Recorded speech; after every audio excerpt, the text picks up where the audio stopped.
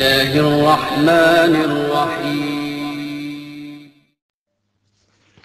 الحمد للہ سبحان اللہ و بحمدہ سبحان اللہ العظیم اشہد ان لا الہ الا اللہ وحدہ لا شریک لہ و اشہد ان محمدا عبدہ و رسولہ اللہم صل علی محمد وعلی آل محمد کما صلیت علی ابراہیم وعلی آل ابراہیم انک حمید مجید اللہم بارک علی محمد وعلی آل محمد کما بارکت علی ابراہیم وعلی آل ابراہیم انک حمید مجید۔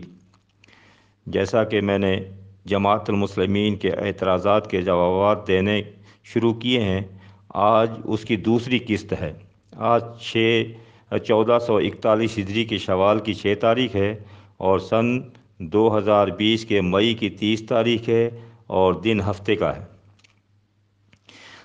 صدیق صاحب خصوصاً ہم پر یہ طعن کرتے ہوئے کہتے ہیں کہ جماعت المسلمین تکفیری جماعت ہے، حالانکہ حقیقت یہ ہے کہ ہم کسی کو بھی کافر نہیں کہتے، بلکہ ہم تو یہ کہتے ہیں کہ اللہ تعالیٰ نے قرآن مجید میں فرقہ واریت کو کفر فرمایا ہے، اور اس کے دلیل میں ہم سورہ آل عمران کی آیت نمبر 106 تک 101 سے لے کر 6 تک جو ہے یہ سناتے ہیں۔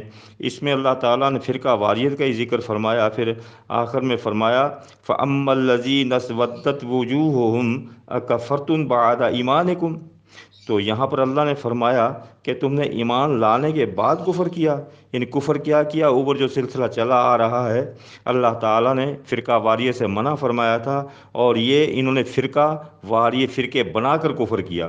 تو ایک تو یہ ہوا کہ یہ فرقہ واریت کفر ہے، اور دوسرا اس آیت مبارکہ میں رب کائنات نے فرمایا فَذُوقُوا الْعَذَابَ بِمَا كُنْتُمْ تَكْفُرُونَ، یعنی فرقہ بندی کفر ہے اور فرقہ بندی کرنے والے کو قیامت کے دن عذاب دیا جائے گا فرقوں کو۔ تو یہ آیات کا کفر ہے، اللہ نے فرمایا فرقے نہ بناؤ، جنہوں نے بنایا اللہ کے حکم کا کفر ہے، تو یہ قرآن مجید کی آیت ہے۔ اس سے ہم استدلال لیتے ہیں کہ فرقہ واریت کفر ہے، ہم کسی کو کافر نہیں کہتے۔ ہاں، اور ہمیں یہ بھی طعنہ دیا جاتا ہے کہ جماعت المسلمین والے اپنے سوا دوسرے فرقوں کو مسلم کیوں نہیں کہتے۔ جی بالکل صحیح فرمایا آپ نے۔ اس اعتراض کا جواب یہ ہے کہ ہم اپنی طرف سے کچھ بھی نہیں کہتے، بلکہ ہم تو وہی لفظ استعمال کرتے ہیں جو لفظ فرقوں والے اپنے لیے استعمال کرتے ہیں۔ مثلاً جو فرقہ اپنے آپ کو دیوبندی کہتا ہے تو ہم اسے دیوبندی کہتے ہیں، اور جو فرقہ اپنے آپ کو بریلوی کہتا ہے ہم اسے بریلوی کہتے ہیں، اور جو فرقہ اپنے آپ کو شیعہ کہلواتا ہے ہم اسے شیعہ کہتے ہیں، اور جو فرقہ اپنے آپ کو اہل حدیث کہلواتا ہے ہم اسے اہل حدیث کہتے ہیں۔ جبکہ جماعت المسلمین تمام فرقوں کو یہی دعوت تو دے رہی ہے کہ تمام فرقے اپنے فرقے وارانہ ناموں کو چھوڑ کر اللہ تعالیٰ کا رکھا ہوا نام مسلم اپنا لیں، اور کیونکہ اللہ تعالیٰ کے رکھے ہوئے اسی نام مسلم پر موجودہ فرقوں کا اتحاد ہو سکتا ہے، اس کے علاوہ فرقے وارانہ ناموں پر اتحاد نہیں ہو سکتا۔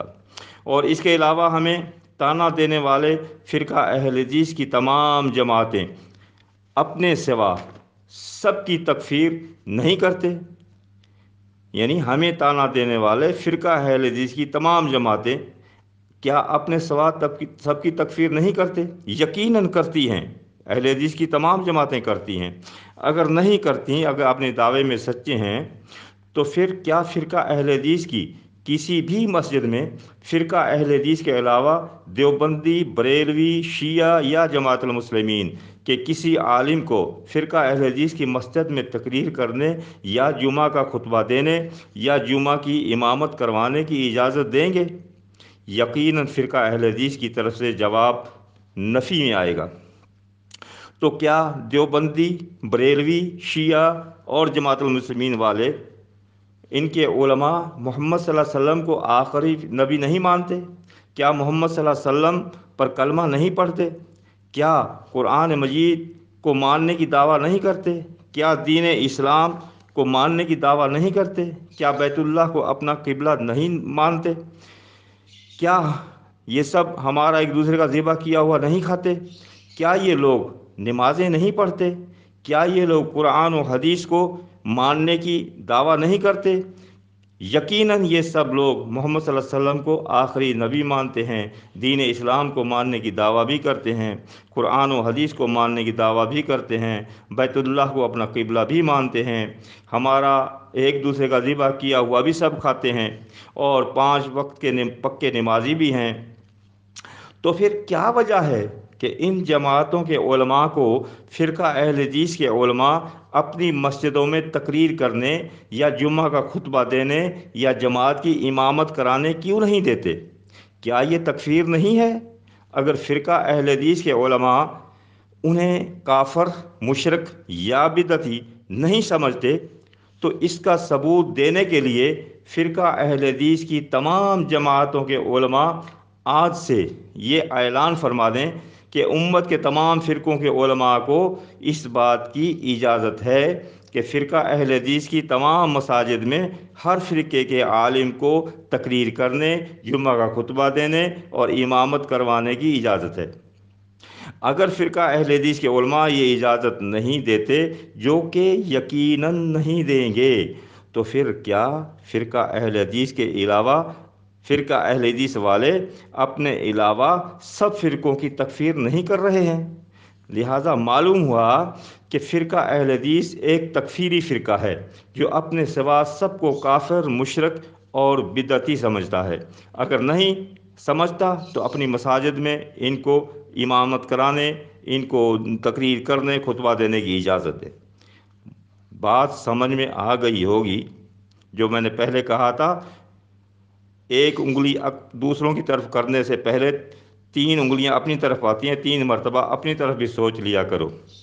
آخر میں دعا ہے کہ اللہ تعالیٰ تمام لوگوں کو حق ڈھونڈنے، حق سمجھنے، حق قبول کرنے، حق پر عمل کرنے اور حق والوں کا ساتھ دینے اور حق کی تبلیغ کرنے کی توفیق عطا فرمائے۔ آمین یا رب العالمین۔